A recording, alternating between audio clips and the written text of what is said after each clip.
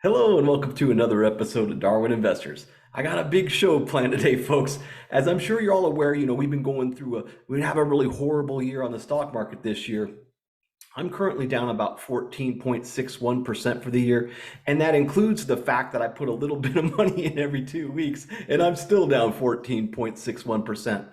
Now, just for context, the S&P is down about 15%, and so it's a little bit surprising to me that I'm able to stay kind of close to the S&P, given that my portfolio is very heavily weighted in tech stocks. I don't own any energy stocks, and the Nasdaq's down about 27% for the year. So how am I doing this? I'm glad you asked. I'm going to go ahead and tell you. So I'm going to walk you through how I'm able to do this. And then after I walk you through how I'm able to do this, I'll explain how the market is being manipulated using the strategy that I'm going to show you. Now you can say, hey, you know what? I hate that the market is rigged and I don't like all this manipulation. Or you can kind of embrace it and sort of try to play along with the manipulation. And so what I did last week is I played along with the stock market manipulation using the strategy that I'm going to show you in this video with a company called Zscaler. And Zscaler reported earnings on Thursday, and I'll just kind of walk you through my thinking and kind of how Wall Street was playing this equity as well. Now, this is going to be a very fun video for me to make, and if you can make it to the end, I'll give you a word from my sponsor. All right, so to kick this off, I want to explain that I've watched a lot of YouTube videos because basically I'm trying to find somebody, well, one, I enjoy just watching them, but two, I'm trying to find somebody that invests a lot the way I do. And then what I was kind of hoping to do was create some sort of collaboration with another small YouTube channel and kind of, I don't know, share audiences and that sort of thing. But I wasn't able to find anybody that invests the way that I do. And I don't know, maybe I'm just gambling. But the way that I invest is basically it's very simple. I just buy great companies and then I sell options against the underlying. And so what that allows me to do is I have these fantastic companies, the ones that we all know and love, that generate lots of free cash flow, that pay a dividend and that sort of thing. And then I get extra dividends by selling options premiums against the underlying while I wait for this market to come around. All right, so I wasn't able to find anyone on YouTube land that invests just like me, but I was able to find one guy out there on CNBC that invests a lot like me. So what we'll do is we'll watch this video, then I'll walk you through how he does it, and then I'll walk you through how I do it. So let's go ahead and give this video a look.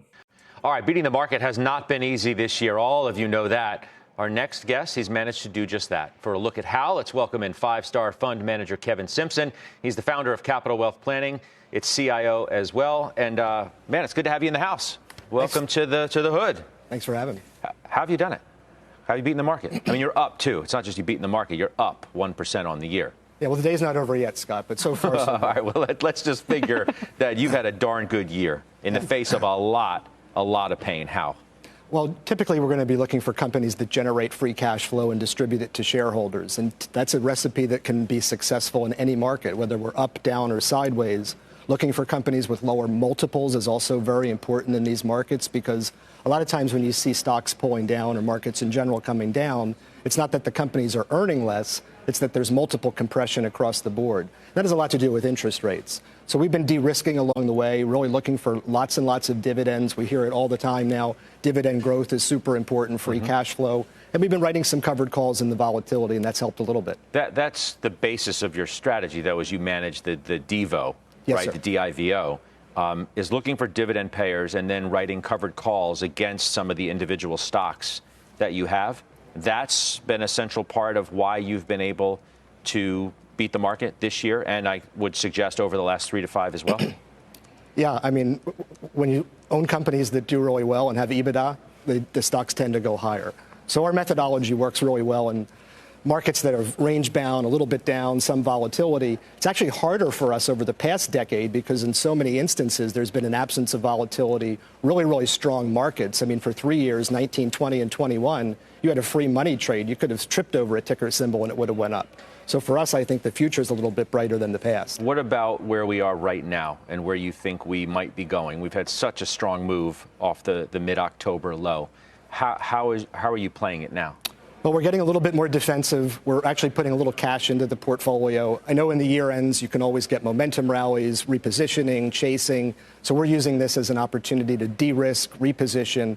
I think that next year we'll have some volatility and good re-entry points. By no means are we trying to time the market, but I would sell the rally. Oh, so you're selling the rally. You sold Cisco, which is interesting because we just, had a discussion about it, which I think you probably heard.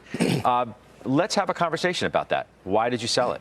Well, we had it called away. So I agree with Jim's thesis on Cisco. We love the stock. We've been shareholders off and on for the past decade. Low multiples, good dividend. But we wanted to de-risk the portfolio a little bit. Technology sometimes has a little bit more of a higher risk profile. So that gave us a 5% cash position. So as we sit here today, we've got about 12% cash, and that'll be higher tomorrow. And that's probably pretty high historically for somebody like you. Yeah, 5% is our sweet spot, Scott. Anything over 10%, we start to think that maybe we're getting too clever trying to be a market timer, which we're not. We're going to have UPS called away today. It's going to take our cash position to 17% tomorrow. Wow. So that's what happens with options. Sometimes you get a little bit more cash than you're necessarily intending. But the good news is you're often selling into strength. Mm-hmm. So I look at that as a comfortable place to be as we turn the calendar year into 2023. When does it become an uncomfortable place to be with that much cash? What has to happen? Well, I think the markets are going to pull back a little bit. Volatility will probably move up, and we'll have I don't want to call lows. I don't want to say 3,000 or 3,200 has to happen because there's plenty of good news out there. But I think 3,500 would be a good re-entry point. Okay. What about you? Dividend?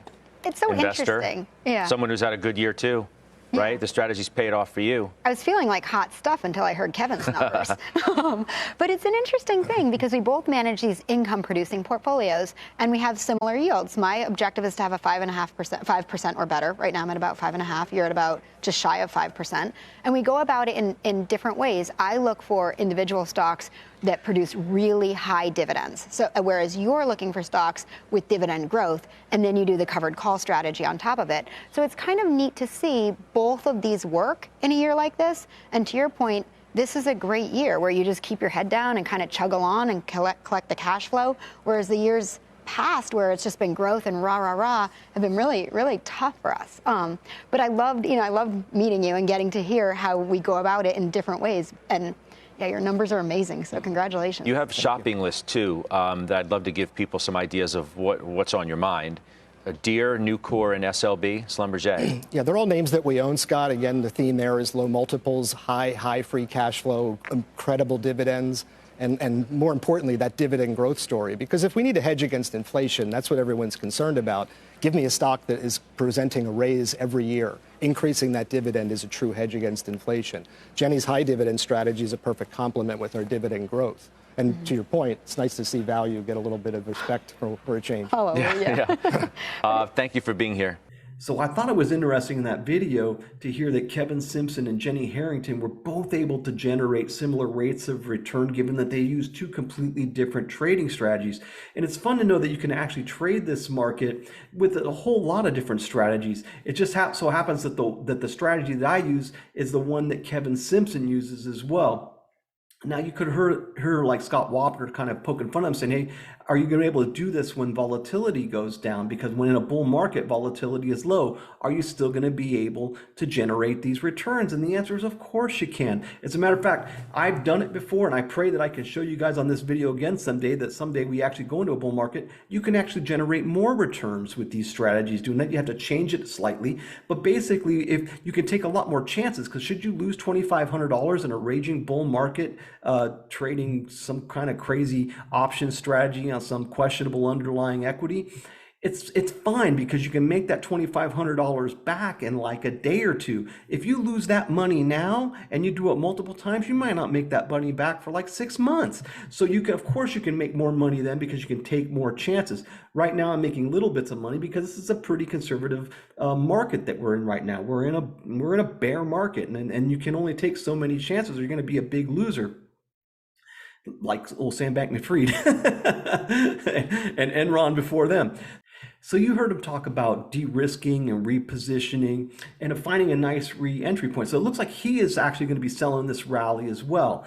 And so am I. And so he's looking about the re-entry point is going to be like about 3,500 on the S&P. And that's kind of where I'm thinking as well. And if I had to read his mind, I think I can because we think very similarly, is that his idea of selling out of the markets being like 10% cash, I think he said. For me, it's like 100% cash.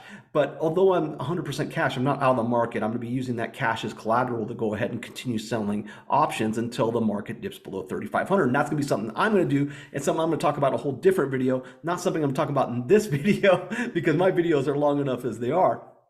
Now, you heard him talk about how Cisco was called away and how later on in the day that UPS was going to be called away. So let's go ahead and have a look at his portfolio, and then we'll see how those things get called away, and I'll explain what that means using my own options portfolio with Lowe's. So this is the ETF that Kevin Simpson manages. It's called DIVO. It's a derivative income ETF. Derivative income because it's a covered call strategy ETF. Covered calls are a form of options, and options are also known as derivatives. It sells for $37 a share. It's down 0.43% for the year. It does pay out a monthly dividend of 4.86%, which means roughly up about 4.5% over the course of 1 year. The monthly dividend is like 14 cents a share. If we put that in the calculator, we can see if that you had $100,000 and you spent that all on DIVO, that you would get 2,702 shares of DIVO. And if you had 14 cents a share, that would get you $378 a month. This dividend ETF is rated 5 stars by Morningstar. As we heard Scott Wapner say, it's rated 5 stars over the course of 3 years and 5 years. We can see that these are the holdings that it has. And again, they're very conservative holdings. Like he said, they're holdings that are going to generate some sort of dividend income. It's going to be all companies that we've heard of. These companies include United Health Group, McDonald's, Chevron, Merck, Home Depot, UPS, which we heard in the last video that he was going to have called away on that Friday. Microsoft, Johnson & Johnson, Procter & Gamble, Visa. It also holds Goldman Sachs, JP Morgan, Devon Energy, General Mills, Lockheed, Deere, which he said he was interested in buying, or maybe he said he already had, Duke Energy, SLB, also known as Schlumberger back in the day. He said he was going to buy that one. There it is right there. Aflac, Apple, and the last ones are Dow, Verizon, Nucor, which he said he was interested in buying, and Cisco, which we said that he had called away. Now, called away on this day, he also had Devon Energy called away, and he had United Parcel Service, or UPS, like he said, that was called away. He has 26 total holdings of equities on there. It looks like he's also holding on to the 1 to 3 month treasury bill. So he's got 2.4% of his assets are in fixed income, and he does hold some cash. It looks like he's holding 10% cash right now, which is where he said he was going to be when he was going to be max cash. And that's as max as he gets right now. Probably max cash because he sold these underlying equities and they gave him a money return. Now he's going to turn around, take this cash and reinvest it back into DIVO equities, possibly even buying back Devon Energy and UPS. So let's take a look and see what that means using Lowe's as the example. Now I'm going to walk through this really slowly because this is the most important thing to understand for you to understand how the market is manipulated using this particular strategy. So here's Lowe's. You can see right now that Lowe's is selling for $214.84 a share. Let's go ahead and quickly trade a covered call on Lowe's. Let's say that it expires on the 9th of December, and let's set a strike price for, in this case, $227.50. We're going to sell it to open. Every contract is 100 shares. It's currently selling for 65 cents a share. So that would net me $65. What this means that is if Lowe's is below $227.50 by the 9th of December, I get to keep all of my shares of Lowe's, and I also get to keep this $65. If Lowe's is over $227.50, let's call it $230, then I will still get to keep the $65, but I also still have to sell the Lowe's for $227.50 even though Lowe's is sitting at $230. Now understand, this is very important to understand how the market is manipulated when I show you the case later on in this video about Zscaler. So even if it's at 230, I still have to hold it at 227.50. If it finishes below 227.50, I keep the money and my shares, and then I'm free to sell my shares. As a person like you and me doing this, what this means to us is that we still get to collect $65, and we still get to collect about another $1,300 in the underlying. So we win. You know, that's why selling covered calls is so nice, because it's a winning proposition for us. It's kind of hard for us to lose. So the only open options contract that I have right now actually is on Lowe's. I used to have a bunch open. However, if you look at this, these contracts all seem to end on Friday. So here's Friday the 9th, the 16th, and so forth and so on. So options tend, in almost all cases, with the exception of very few cases like the S&P 500, will always end on Friday. Some are monthly options and some are weekly options. If we look at something like Cracker Barrel and we look and see when these call options expire, you can see this is done on a monthly basis, which is why I can't own Cracker Barrel, though I'd love to, is because it doesn't fit my covered call strategy. Same with Applied Advanced Auto Parts. This is another one. I'd love to own this underlying equity. However, it does seem to own, oh wow, it does weekly options now. This is brand new. Hot off the presses, Advanced Auto Parts does weekly options. It was only doing monthly options up until yesterday, so I can own this. This makes me very happy. I'll be buying some of that. So anyway, some are due monthly and then some do weekly, and man, I tell you what, that makes me pretty happy. So I'll be owning some Advanced Auto Parts because I'll be trading that sucker left, right, and center. Advanced Auto Parts is kind of, as a side note, it's kind of a funny one because it's kind of like the bottom tier of the big three. You got AutoZone, O'Reilly's, Advance. Advance has the smallest profit margin. However, it pays out the largest dividend. I think it seems pretty safe to own until that dividend starts shrinking. If that dividend starts shrinking, if they have to cut it, then I would think that this company might be in some financial problems, in which case sell. But for now, it's a pretty safe equity to trade with. All right, where was I? Oh yeah, my Lowe's contract. So like I said, I had a bunch of open contracts this past week. And one of the things I tried to do this past week, just for the purpose of this video, was just see how much money that I can make using conservative options. You know, stuff that wasn't really going to send me over the top, but not something that wasn't going to sink me should this all go pear-shaped on me. And so the only one that I have open right now is Lowe's because everything closed out yesterday, but this is the only one I decided to leave open. And so in my version of this Lowe's contract, again, it's for $227.50. That's the strike price.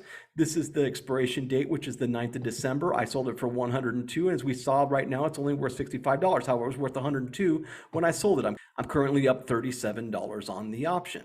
So let's go ahead and look at my entire options portfolio. And again, like I said, this is very important to understand when we discuss how this market is manipulated. So here's what I've been up to lately as far as my options are concerned. You can see from November 1st until December 3rd, I made $1,481. Again, not a ton of money, but this is just all on options. This is on selling puts and selling calls. I did a little bit of swing trading with Advanced Auto Parts. I did some swing trading with Zscaler. This is the one that was manipulated. We'll get into that a little bit later.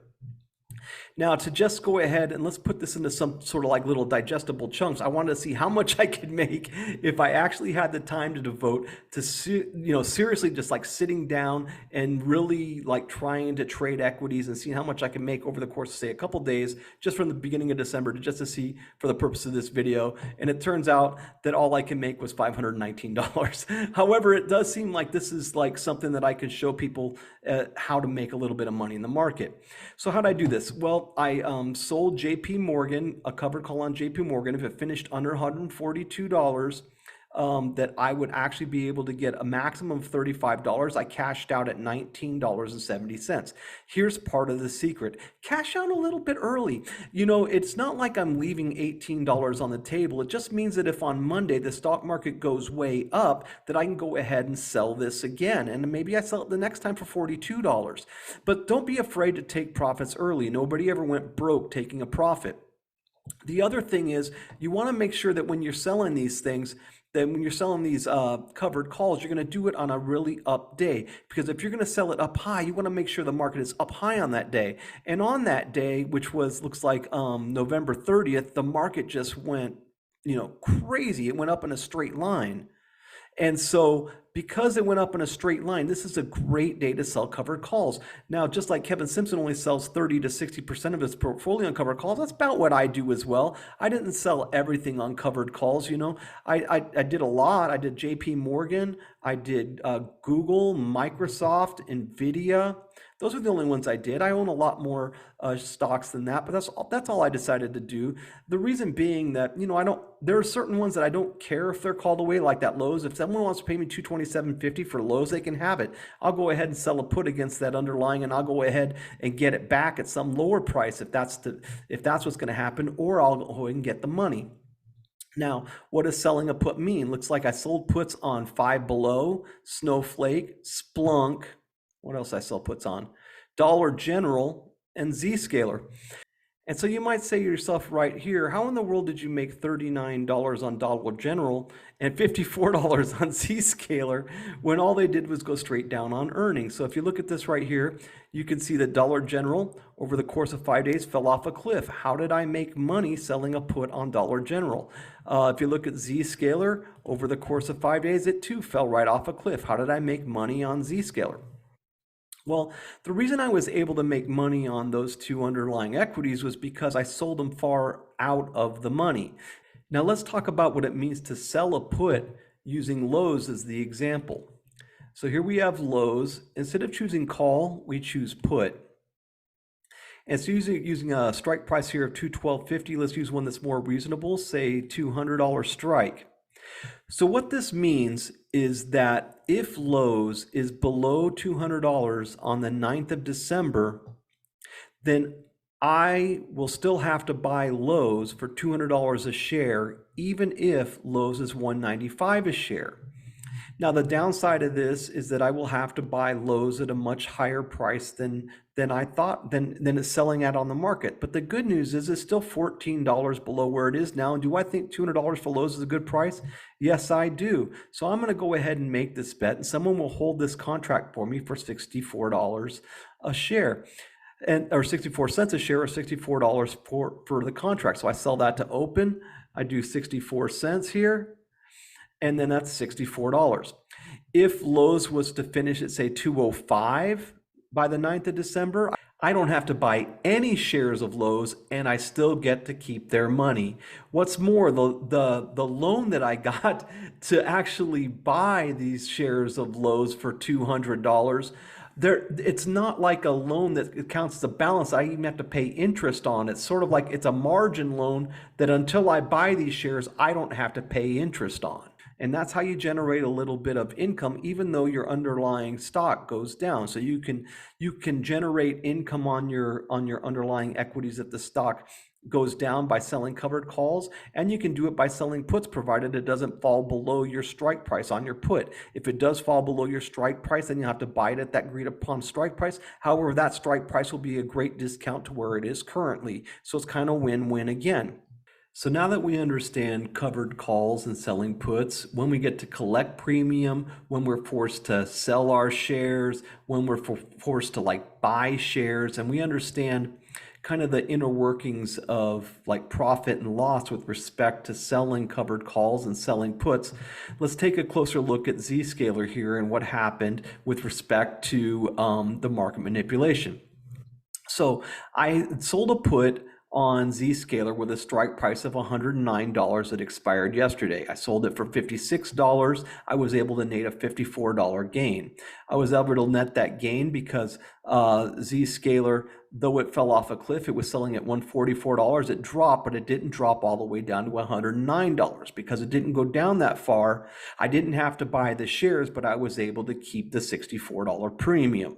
So the next thing you want to do is dig into what happened this quarter to make it fall off a cliff like that. When we look at Zscaler, we say, okay, well, hold on a minute. It had a double beat. It beat on the top line.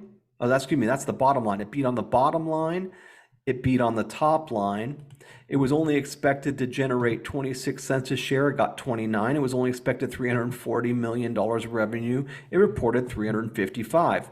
So we go to their investor relations page, we click on their press release, and we see the details of this past quarter. The quarter grew 61% year over year to $318 million. The calculated billings grew 57%. Deferred revenue grew 62% to $1 billion. They did have a net loss that was GAAP that was more than it was last year. There's a red signal there that we need to look in that a little bit more. Their non-GAAP net income, however, grew almost 100% from 20 million to 36 million. When we look at their free cash flow on a year-by-year basis, we can see that they have free cash flow of $231 million, or 21% of revenue, compared to $143 million last year. So their free cash flow is going. So we've got a company, though it's not profitable on a GAAP basis, is still generating an awful lot of free cash flow. When we look at the free cash flow to enterprise value for this particular company, we can see it's quite expensive. When we take a look at Zscaler and we look at the enterprise value of Zscaler, we can see that the enterprise value is less than the market cap. Enterprise value is market cap plus their debt minus their cash on hand. So if this number is smaller than this number, we've got a sign of a company that's making money. We have a pretty healthy company, despite the fact that their PE ratio is an imaginary number. So we got a company that generates a lot of free cash flow. Its enterprise value is $17.9 billion. The enterprise value to free cash flow is about 75, which makes it incredibly expensive. It's another reason why this company would crash, despite the fact that they had top and bottom line beats. However, it's the sort of thing we want to own. It's about, it's going up about 62% a year. When we look down here, the EPS growth is supposed to be 51% a year over the next 3 to 5 years. We're talking about a fast-growing company. Is the sort of thing we don't know? Maybe.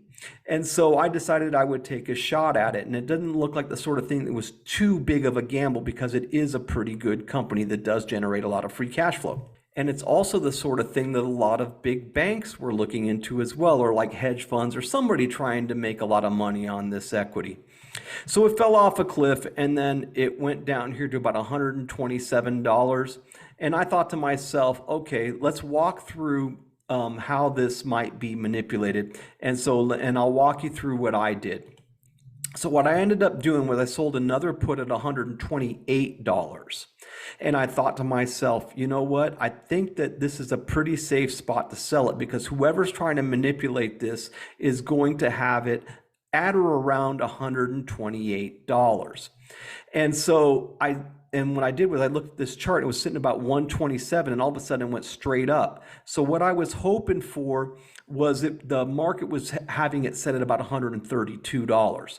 And so then it falls off a cliff, and then it just kind of sits around here like 127.80, 127.80, 127.80. And so I was like, okay, I think that it's probably going to be $130. So when it goes up here, I went ahead and thinking that now, okay, the market's going to have this thing set at $130, and that's where they're going to manipulate this stock price to end at. So I bought it for $128.81. Then what happened was that the stock went up over $130, but then it came right back down, and I got nervous thinking, hey, wait a minute, maybe the price isn't being manipulated to 130, but some number slightly below that, maybe 128, maybe 129. And for this reason, I decided, okay, you know what, I'll go ahead and sell this thing at 129.72, and I'll buy it back again somewhere below 127. And if it gets there, you never know where this thing's going to be set at. But what ended up happening with Zscaler was, and this is not an accident, folks, it ended up at 128.99. So what does that mean? Well, that means somebody bought an awful lot of shares, I'm guessing right here at about 127.85, 127.76, and sent it straight up. And then once they bought this, they sold covered calls for $129. So 128.99 is not an accident. So they sold the covered calls for $129. And so they sent it up, and what I was hoping for was that it was 132 is what they were hopefully trying to get out of this. But then it went back down, and then right down here I bought the shares, hoping it would go back up to $132 and maybe I could get about $300 out of this. However, what it turns out is that probably in all likelihood, they bought it right here at about $127.76. They sold a bunch of covered calls at $129. They kept that premium on the covered calls. Then they sold the calls back to the market right before close, netting all that profit. Because it didn't go over $129. And then after close, they went ahead and sold all these underlying shares, which would bring the stock, down from 128.99 down to say 128.86, for instance. And maybe they held on a little bit and sold a little bit, but that's kind of the way this works. And that's how it's manipulated. You just kind of had to find that strike price. I kind of guessed right. I was thinking I was hoping for 132, thinking 130, but it turns out it was 129, and so they manipulated the price to 128.99 so they could keep their covered call premium and keep their shares, and then sell some and keep some. And so that's how the market is manipulated with respect to this particular strategy. So what have I got going on this week here coming up? So I'm going to go ahead and I'm going to try and make a little bit of money. This week's not as good as some of them. When we look at Monday and we look at the earnings whispers calendar here, there's nothing here that makes me want to sell puts on it. When we look at Tuesday, then it gets a little bit more interesting. There's one here that I'm interested in. It's going to be not Dave & Buster's, but MongoDB. This is another one like Zscaler, different. It's not cloud security, but it is some sort of cloud stock. It does lose money. It's going to be super volatile. I can sell it way out of the money and maybe make about $40 in premium. Maybe it dropped below that. Maybe it doesn't. That would be one I'm going to be taking a look at. Another one that I'm really interested in and I'll be taking a look at is going to be here on Thursday. I'm going to be taking a look over here at possibly Chewy, might do a little bit of that, possibly DocuSign, doubt it, but maybe, but most definitely Lululemon. Now, one thing that a classy organization will do is going to be a place like Costco here. They're releasing earnings this Thursday. And when you look at what Costco did prior to earnings, they let their shareholders know that they gave them a sneak preview into their stock. They said that their stock sales update slams the stock. Strong grocery sales aren't enough anymore. What they said was, yeah, their strong grocery sales are out there. They're selling a lot of money on groceries. However, that's not what they sell their margin on. What they sell margin on is where their profit margin is with selling clothes and canoes and whatever else they sell, barbecue grills or whatever. That's where they're making all their money, not on groceries. And so they gave everybody a heads up that, by the way, Costco is not going to have the best quarter in the world, in which case might want to consider maybe buying a put on Costco if it doesn't cost too much. And let's look at Costco to see how much it's already come down after that press release. The press release was done last week. So when we look at Costco, it's currently selling at $494. Ooh, wow. Okay, so the press comes out there. It's selling for $539. Okay, so it's come way down already. It might have already paid the price for that early release of their financials for this quarter. Maybe not. Let's see how much it would cost to buy a put on Costco right now. So let's go ahead and put in Costco and then a put. To actually bet against Costco next week with a strike of $490 is pretty expensive. It's $910. And what that means is in order for you to break even by next Friday, Costco's going to have to sell for $9.10 less than $4.90 a share, which is $480.90. If you think Costco's got further to fall, then this is a good deal. If you do not, then you're going to end up losing money buying this put.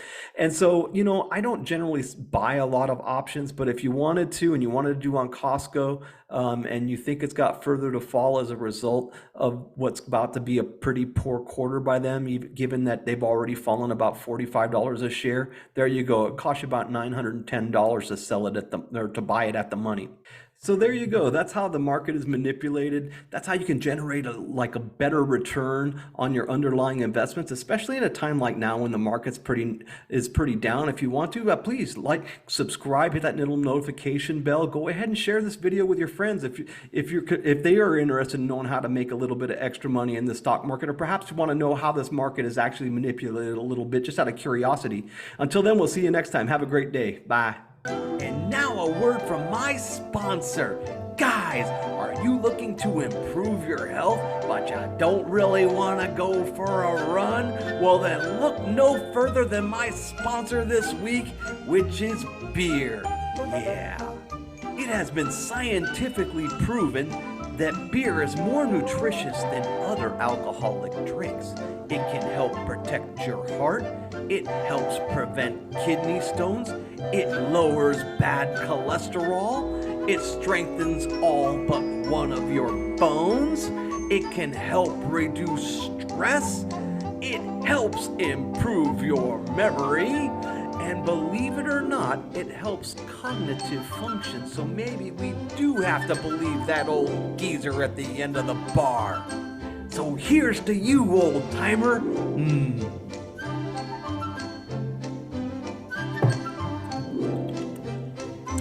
Is it my imagination, or can I actually feel my cholesterol going down? So this here beer is from Bell's Brewery in Michigan. It's called Kalamazoo Stout.